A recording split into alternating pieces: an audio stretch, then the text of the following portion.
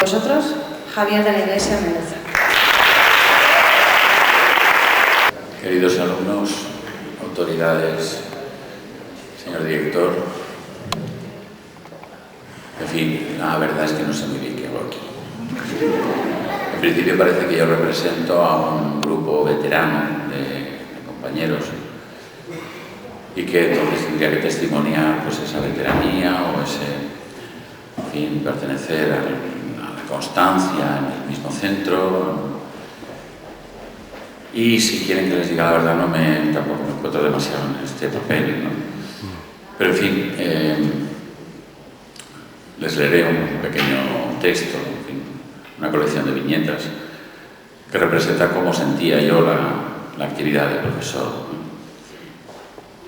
A veces existen circunstancias en la vida que cambian orientaciones, en fin, trayectorias.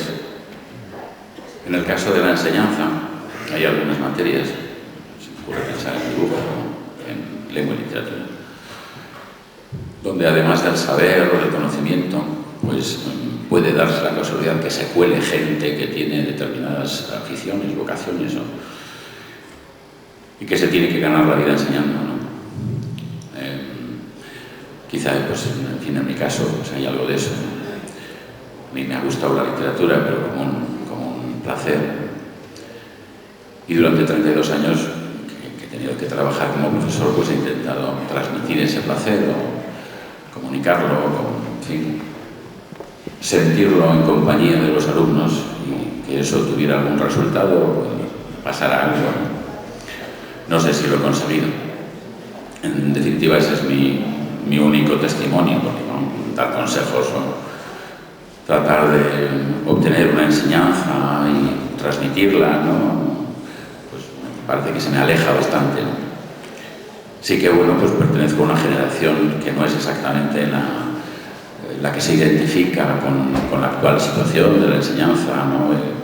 Los sistemas, sino que más bien pertenece, pues, a un momento de irrupción juvenil en los finales de los 70 en la enseñanza pública, que vivimos una ilusión, una especie de ganas de hacer cosas, ¿no? En los 80 más o menos, ¿no? Estoy mirando a una persona en concreto que fue director del centro y con el que identifico esta actitud y con el que me identifico, que es Rodolfo Larrea, ¿no? Naturalmente los demás colaboran y participan de ella también, pero en Rodolfo, por cuestiones generacionales y por proximidad, pues me encuentro más en sintonía, ¿no? Y creo que él representa lo que hubiéramos querido hacer muchos en aquella época, ¿no?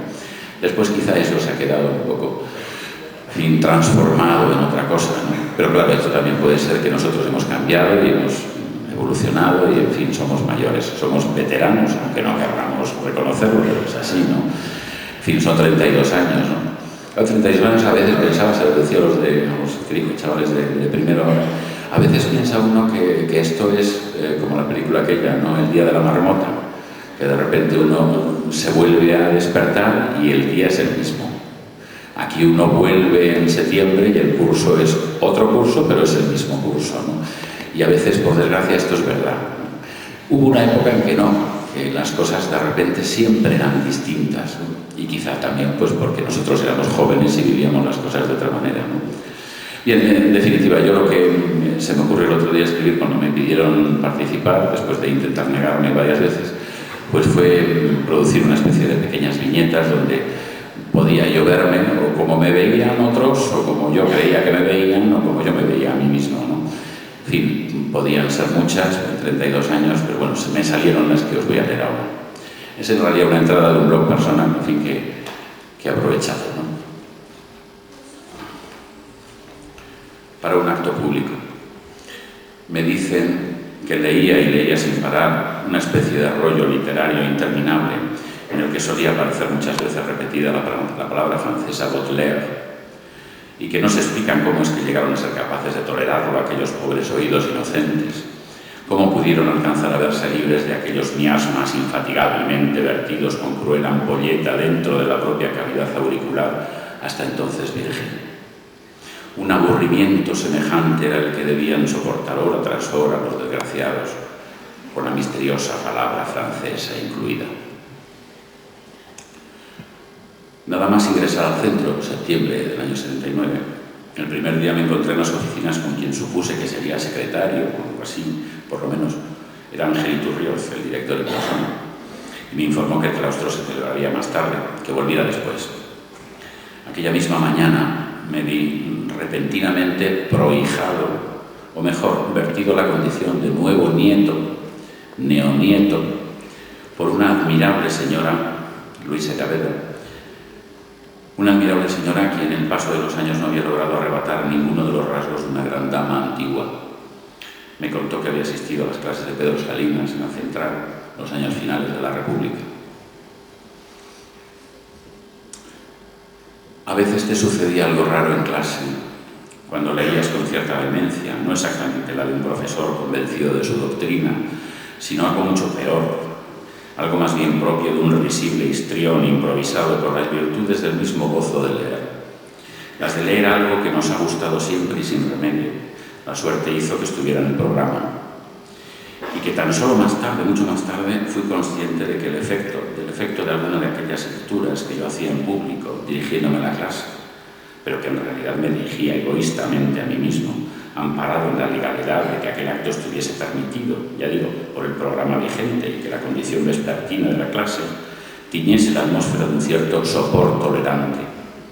Y la sorpresa retrospectiva de que fuesen esas mismas lecturas las que se evocaran muchos años después, cuando me hablaban algunos de su inesperado efecto, o lo que así lo podía parecer, según la versión y la caridad utilizadas, un extraño efecto afrodisíaco de largo espectro, según testimonios. ¿Sería verdad? Pues qué corrupción de menores en ese caso. No sé por qué me ofrecí para el papel, pero la cosa es que lo hice y fui aceptado. Necesitaban a alguien que pusiera en escena al propio don Ramón del Valle Inclán, el autor mismo en persona, con su capa castiza y sus melenas. Se encontró una carnavalera máscara de viejo con blanca penambre y Vicente, el director del grupo, aportó en préstamo una magnífica pañosa salmantina. Varios días ensayé el pasaje del autor que lee la presentación de sus personajes. Debía arreglármelas para absorber la persistente humedad que provocaba la máscara al hablar con ella puesta, la molesta mezcla de pelos chupados y aliento húmedo mientras lograba decir el texto. Llegó la noche de la representación y según iba saliendo a escena, con la parsimonia que consideré apropiada a la situación dramática, permití torpemente que se me fuera deslizando al compás del garbeo el papel hasta el suelo. Desde dentro de aquella máscara no se veía donde anduviera el bendito papel. Me sabía el texto, pero estaba obligado a sostener el papel en la mano. Tan solo aquel patoso gesto de agacharme a recogerlo fue ya bastante para provocar en el público una risotada general. Lo que hiciera después ya importaba poco. El efecto, al parecer, se había logrado. En fin, si fueron bastantes más las escenas de las que estos últimos 32 años pudiera recordaros, tan solo la peligrosa perspectiva de provocar un aburrimiento peor incluso al de mis entusiastas discursos bodelerianos bastaría ya para prohibirme cualquier tentativa comprobatoria. Cuando volvamos a vernos, reiremos juntos. Y si no, vienes tú esta despedida. Gracias a todos.